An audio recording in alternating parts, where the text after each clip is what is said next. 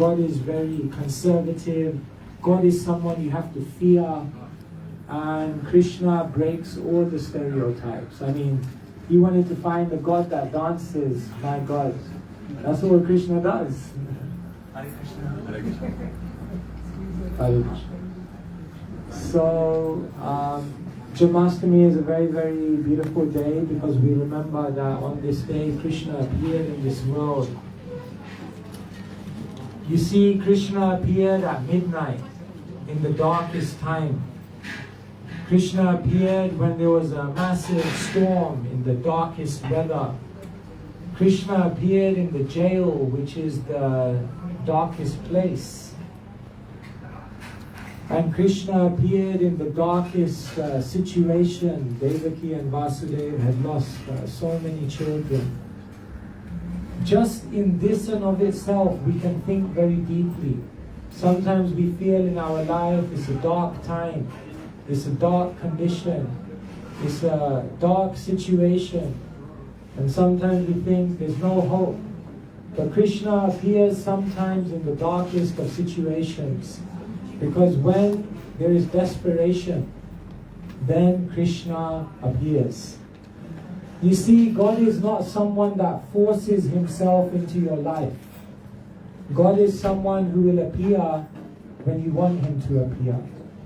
And therefore Krishna is patiently waiting for us to be eager, to be enthusiastic. And the moment we open the door, then Krishna comes running through. But Krishna himself may not break the door open, he's waiting. Of course, Chaitanya Mahaprabhu is slightly different. He breaks the door, even if we're unwilling. But Krishna, he says, Yata Ichha Tatha Kuru. It's up to you. You decide, and if you decide you want me in your life, then I will come. So, to always remember Krishna and never forget him. It is said that this is the goal of the life of a devotee. Smartavya satatam Vishnur Vishmartavya najatuchit Sarve vidhi nishedashur etayoreva kinkara. It's a very beautiful verse. Kinkara means servant. This Sanskrit is very beautiful language. Kinkara, it means servant. What does it mean etymologically? Kim means what? And kara means to do. So the Sanskrit word for a servant is literally, what do you want me to do? It's very logical, no? So like this, Sanskrit is beautiful language. Kinkara. What do you want me to do? Servant. And what this verse says is that in life we are following many vidhi and many nisheda.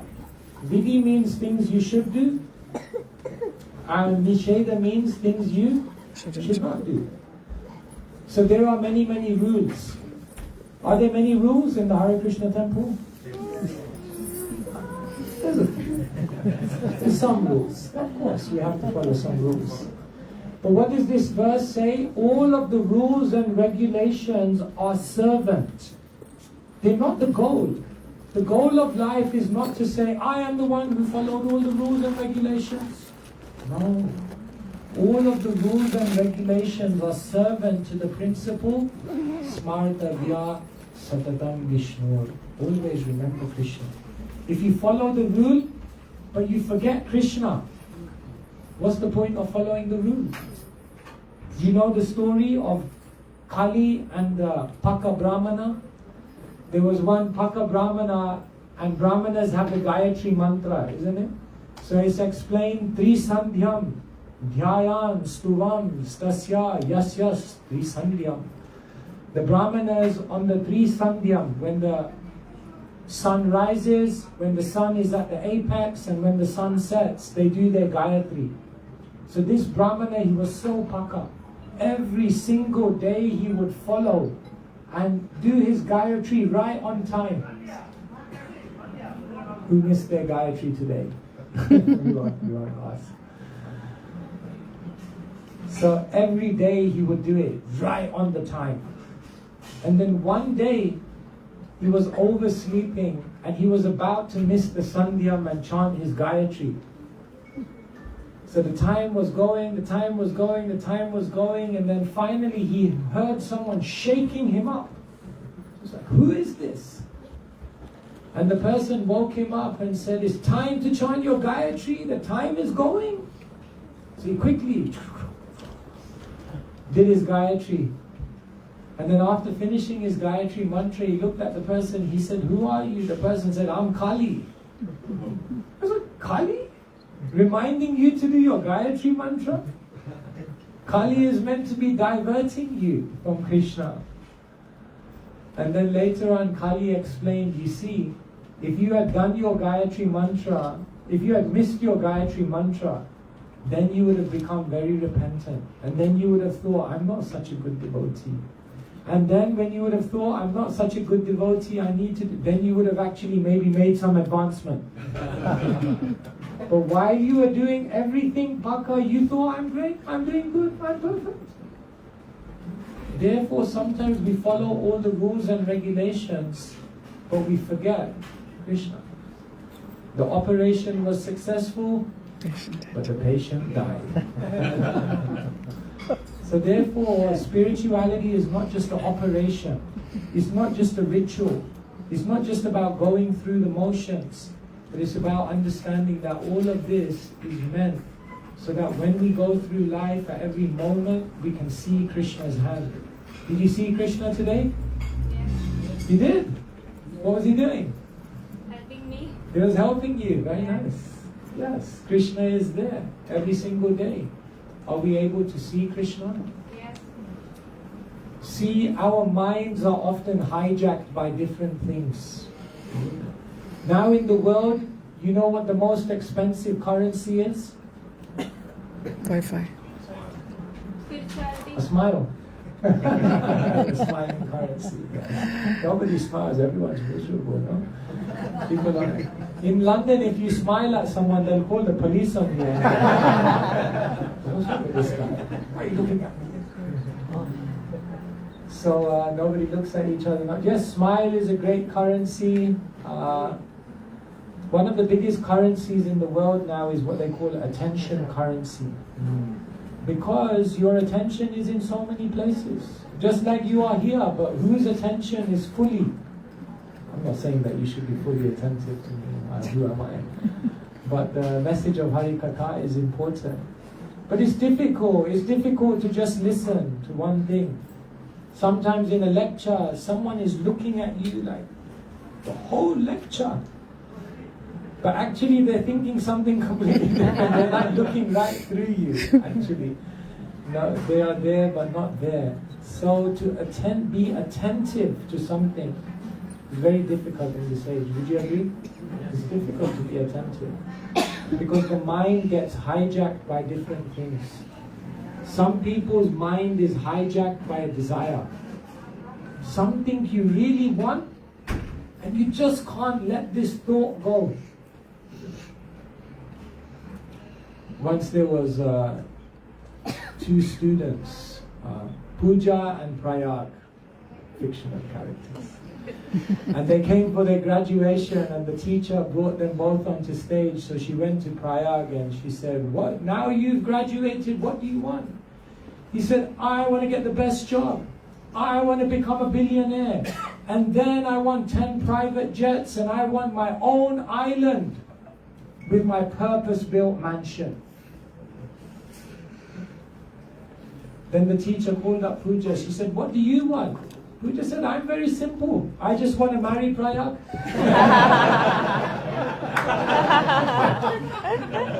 This way or that way.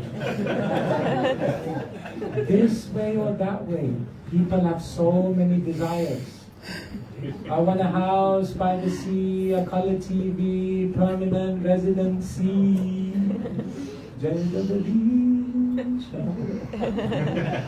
So some people, desires have hijacked their mind. Some people, conflicts have hijacked their mind. Oh, mother-in-law, daughter-in-law.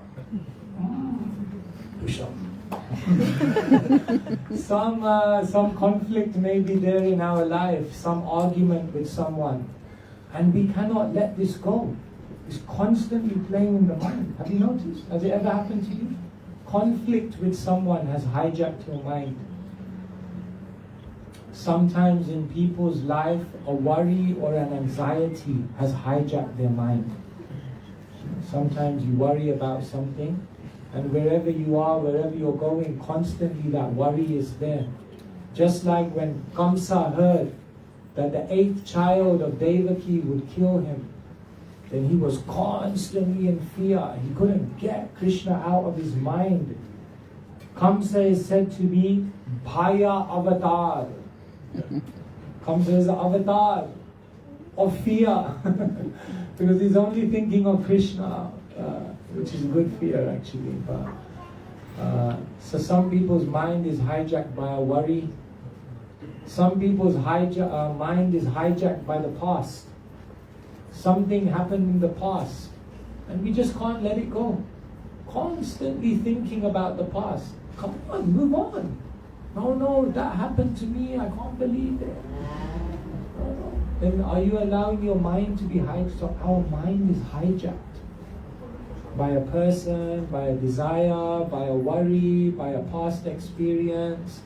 Our mind is being taken away by so many things. But the devotee now prays. Kunti Maharani prays. Vaime nanyavishaya matir madhupate sakrit ratim udvahatad adha gangevo kumadambati. The Ganga. Have you seen the Ganga? It's rushing.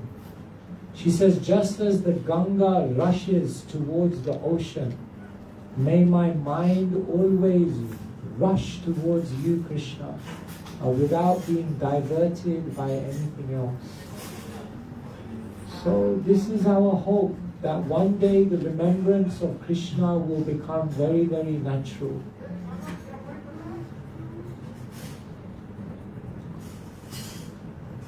And it's possible, because that is our nature. Jivera Swarupa hoy, Krishnera Nityadas, Tatastha Shakti, Veda Veda Prakash.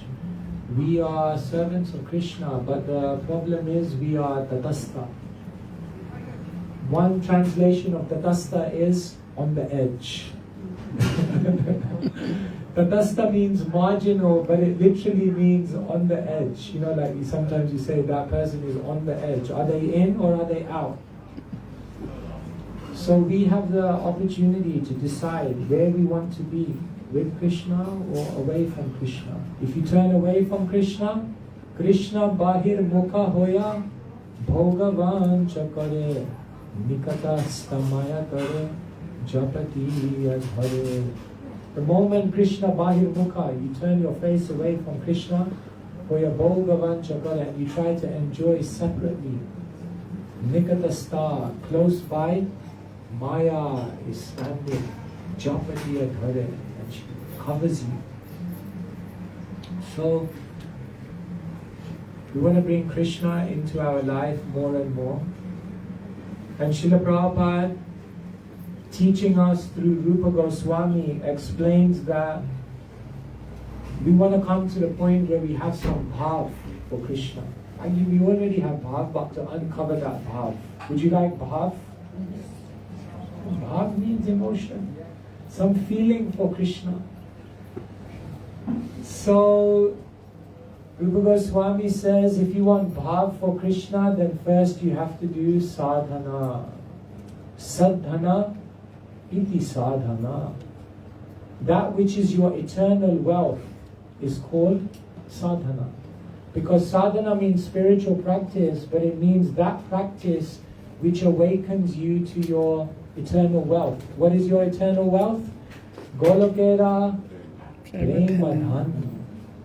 Premadhan, the wealth of love. That which awakens you to the wealth of love is sadhana. So by practicing sadhana in a very attentive way, then we will always remember Krishna and never forget him. However, oftentimes we don't practice sadhana in an attentive way. Have you heard of the 3 gunas? Hari? No? Yes, there are three gunas: tamas, rajas, and sattva.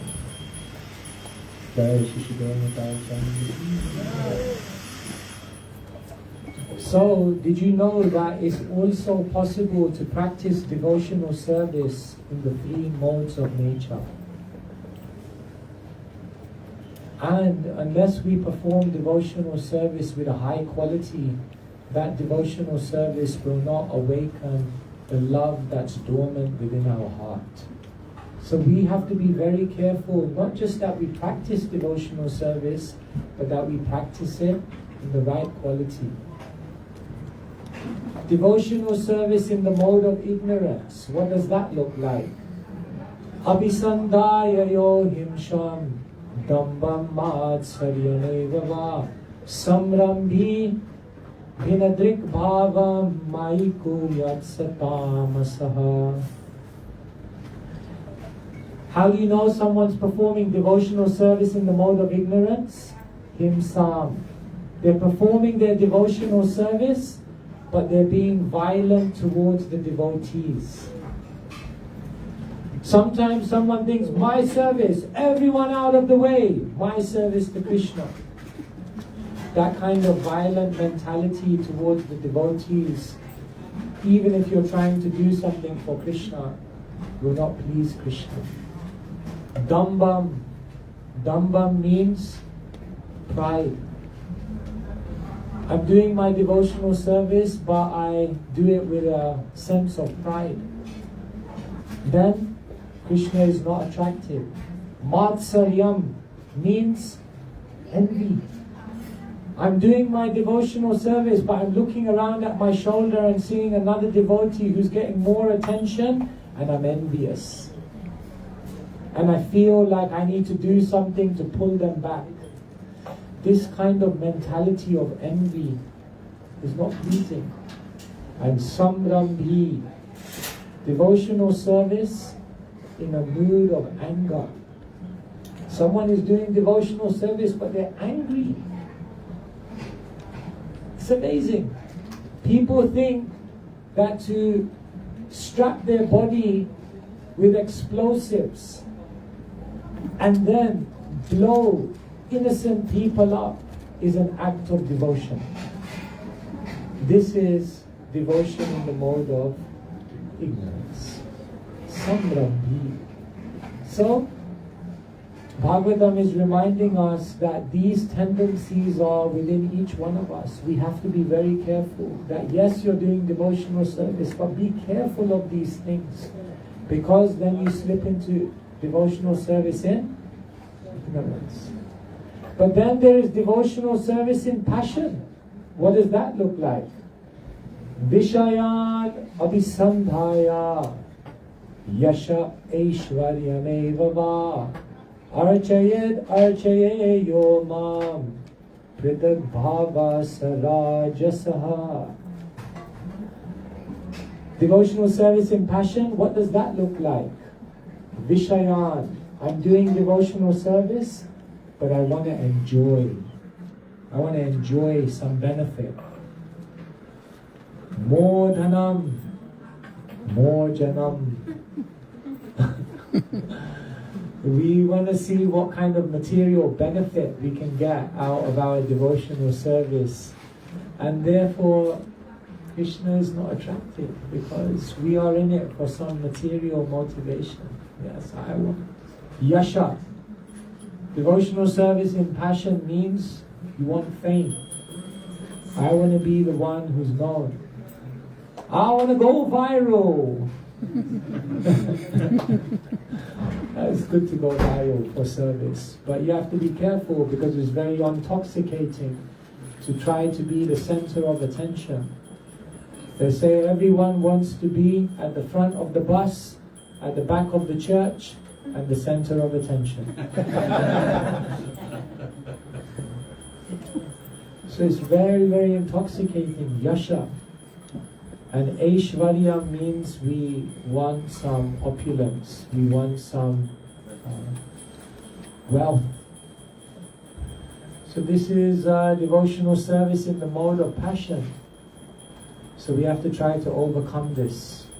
And then the Bhagavatam explains, Karma nirhana muddisya parasmin vatad arpanam yajit yastavyamiti va pritag bhava sasatvikaha.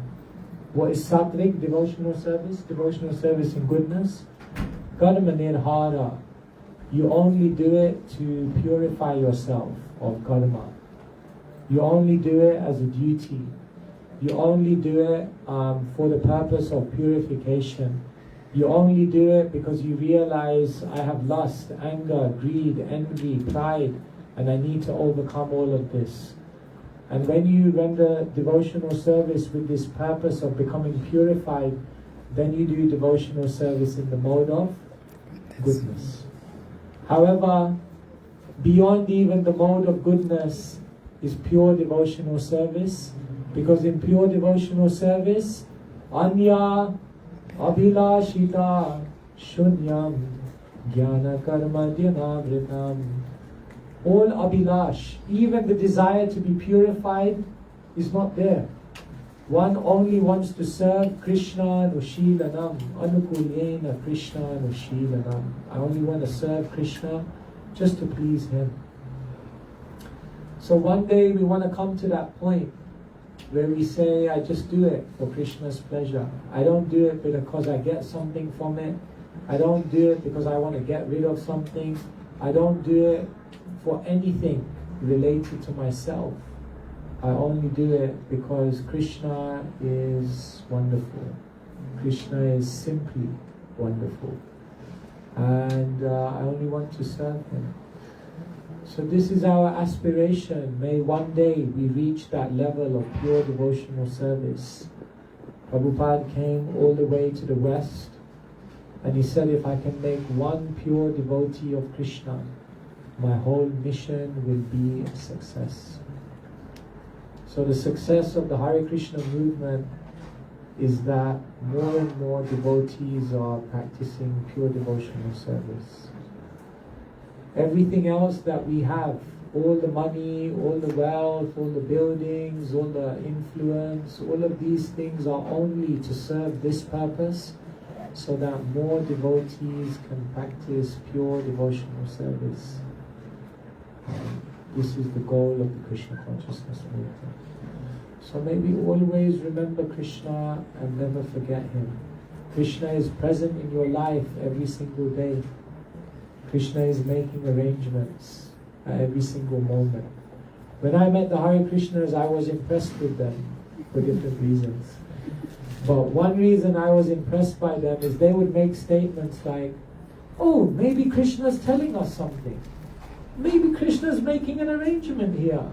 Or maybe Krishna is telling us to do something different.